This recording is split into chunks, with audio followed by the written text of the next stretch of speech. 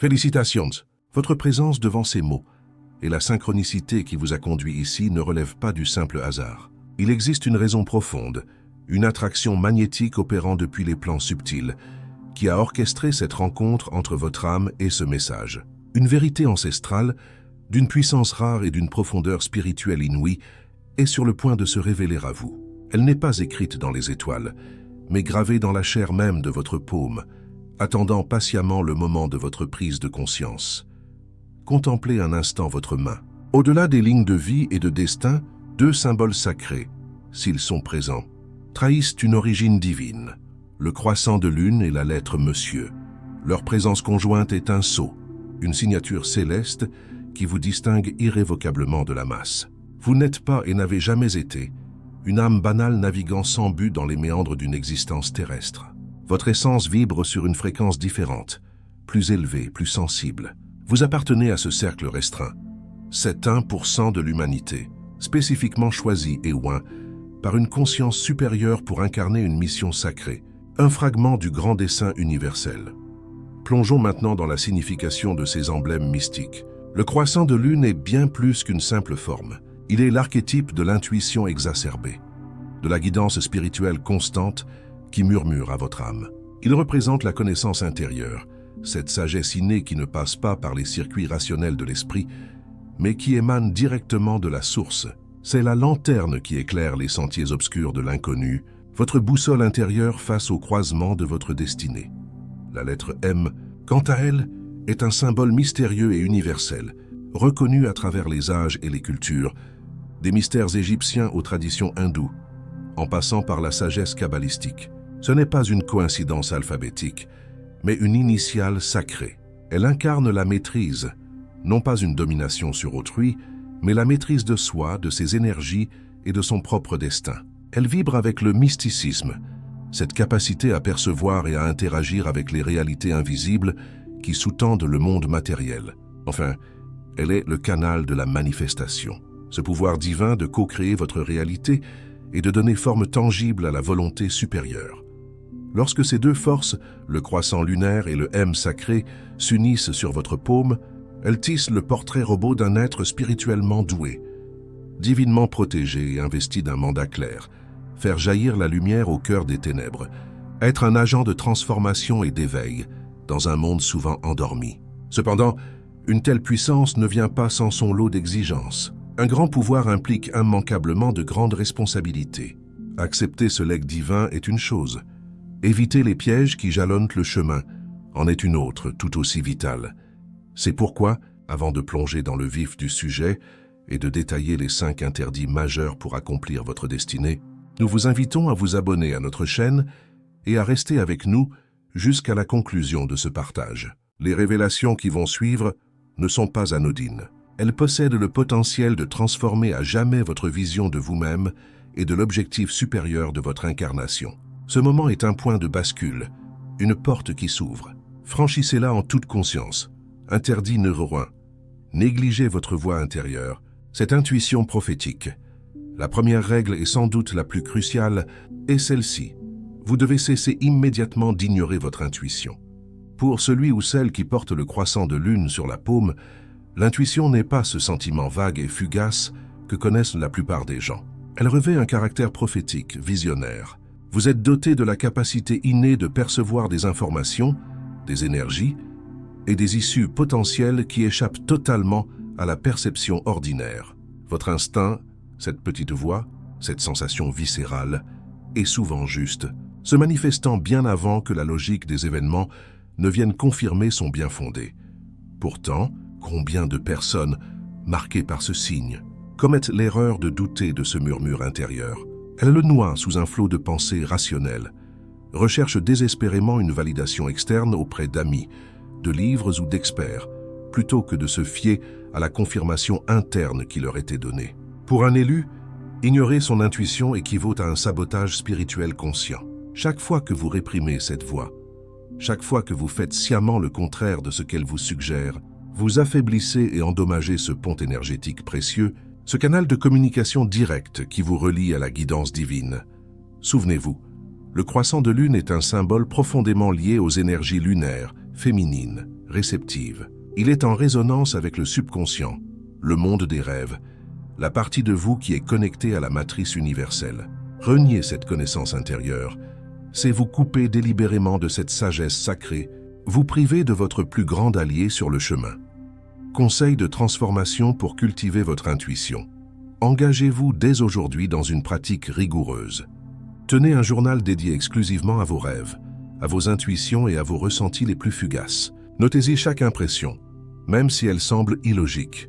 Créez une colonne pour noter a posteriori combien de fois ces étranges sentiments se sont avérés exacts. Vous constaterez rapidement un taux de justesse qui ne devra plus rien au hasard. Renforcer son intuition est comparable à l'entraînement d'un muscle. Plus vous lui ferez confiance et l'utiliserez, plus elle deviendra forte, précise et fiable. Interdit numéro 2. Vous entourez de vibrations basses et de toxicité énergétique.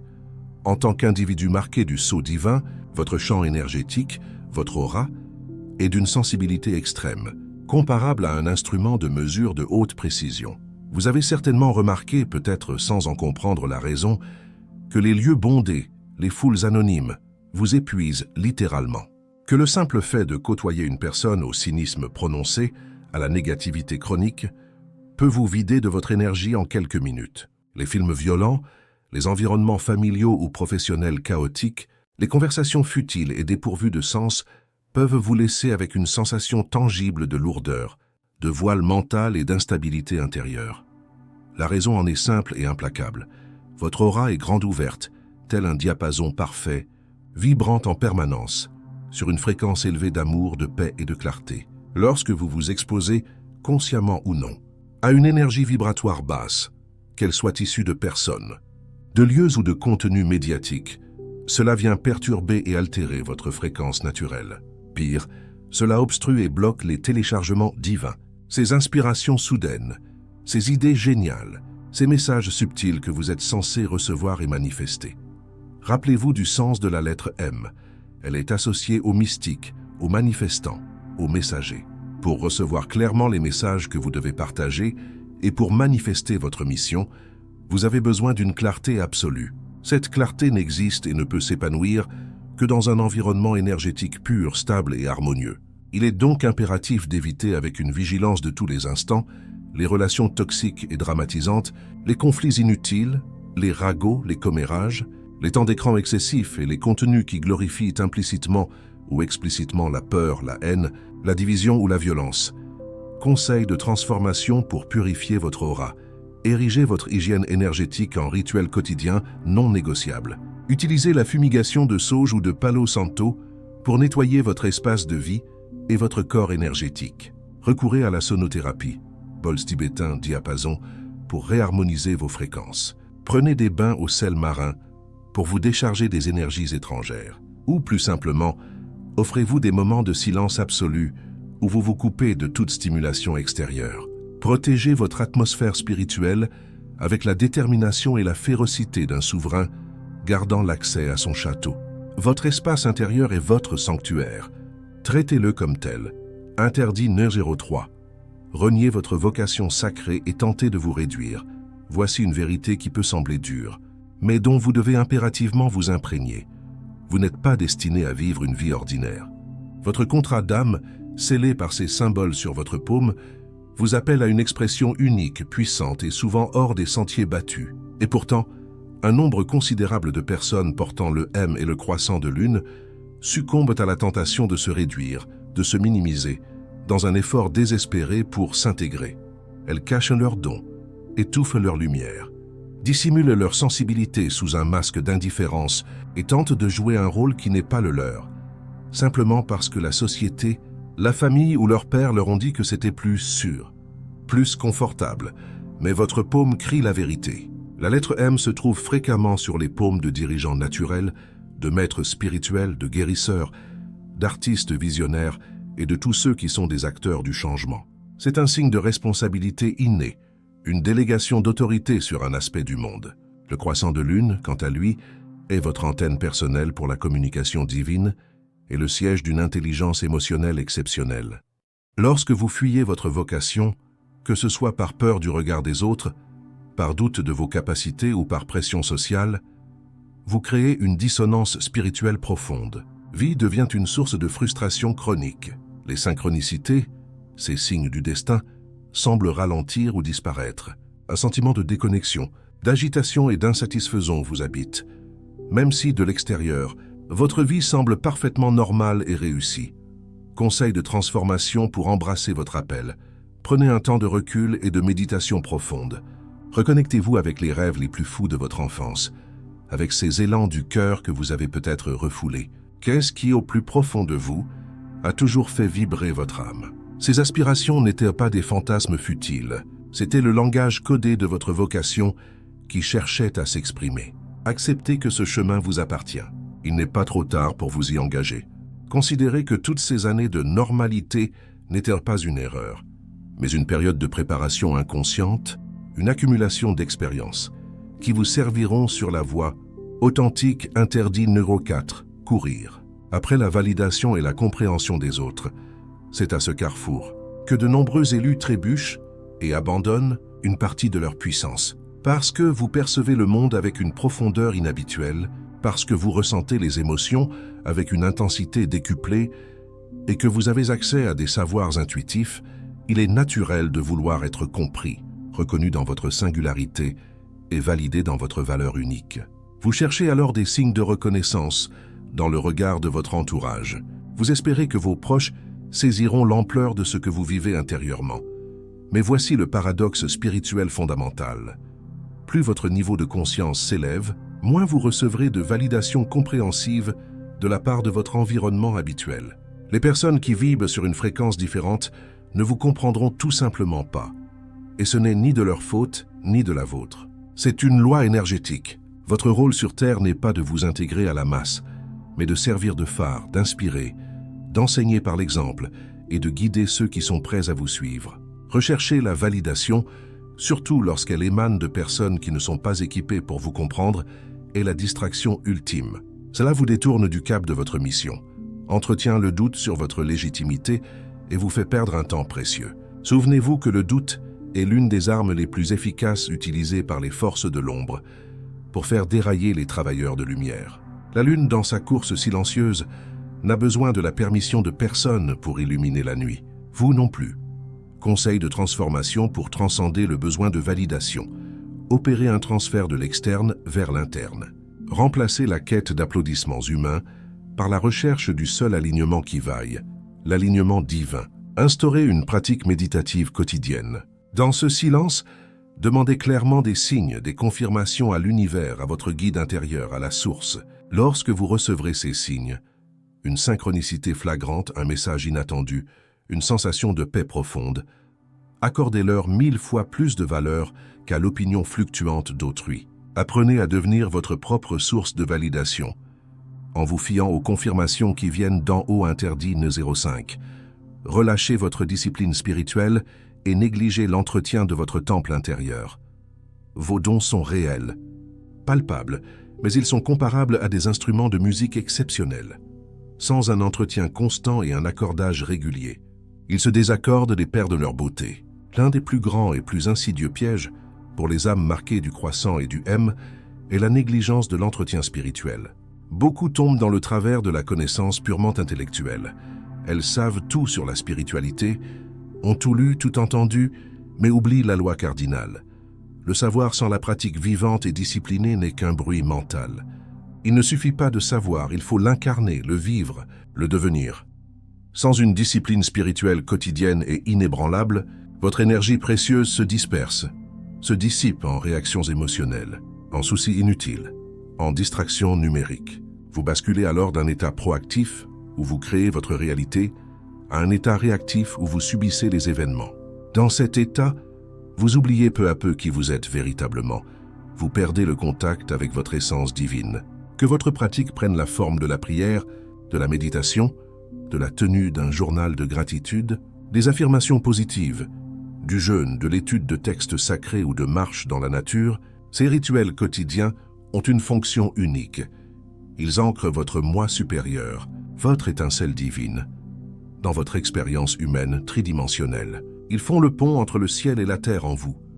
Négliger ce processus d'ancrage, c'est comme partir au combat sans armure. Cela affaiblit votre bouclier énergétique, émousse la finesse de vos dons psychiques et ouvre grande la porte aux attaques de la confusion spirituelle, aux doutes existentiels et à la stagnation, qui est une mort lente de l'âme.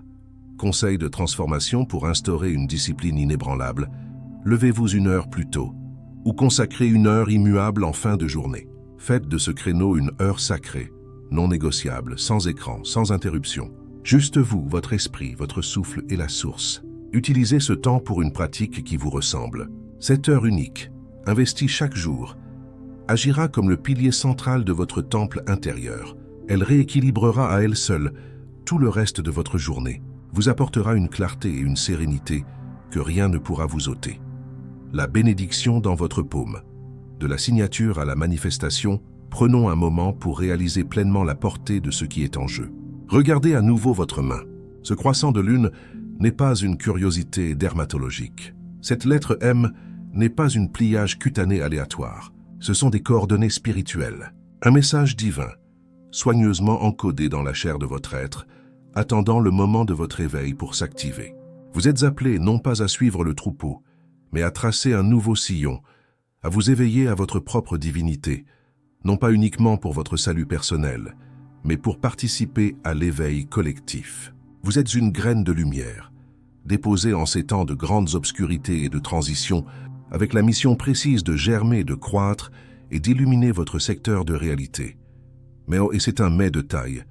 Si vous persistez à suivre les voies hypnotiques du monde matériel, en ignorant systématiquement les murmures de votre intuition, en vous accrochant à des environnements relationnels ou professionnels toxiques, en dissimulant vos dons par peur, en recherchant désespérément une validation qui ne viendra jamais, ou en abandonnant votre discipline spirituelle, au premier obstacle, vous bloquez activement le flux même de grâce, d'énergie et de guidance qui est censé vous élever et vous soutenir.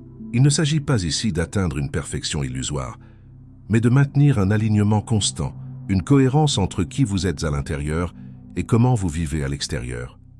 Témoignages et histoires de transformation partout dans le monde.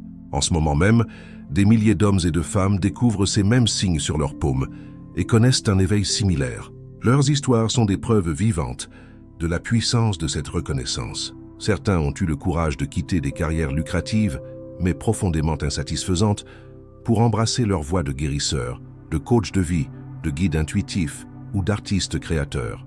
D'autres utilisent leur clairvoyance et leur sensibilité accrue pour aider leur communauté locale, pour élever des enfants plus conscients et empathiques, ou simplement pour être, dans leur famille ou leur cercle d'amis, un pilier de paix et de sagesse en ces temps chaotiques. Il est crucial de comprendre que ces transformations radicales et libératrices ne sont pas venues de l'extérieur, un coup de loterie, une rencontre magique, mais de l'intérieur même de ces individus.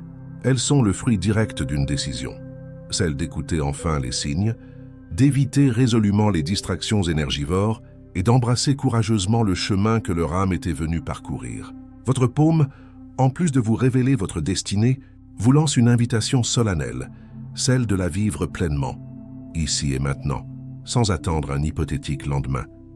Votre cheminement, le vrai, celui qui compte, commence à l'instant même où vous prenez la décision consciente d'honorer ce qui est écrit. Alors, concrètement, que faire? Le plan d'action en 5 points pour l'âme élue 1. Honorez votre intuition comme une écriture sacrée. Traitez chaque intuition, chaque pressentiment, comme un verset d'un texte saint qui vous serait personnellement adressé. Même si vous ne comprenez pas sa logique sur le moment, engagez-vous à lui faire confiance et à observer les résultats. Faites de votre intuition votre conseillère principale. Détoxifiez radicalement votre environnement. Procédez à un audit sévère de votre vie. Quelles relations vous vident? Quels lieux vous alourdissent?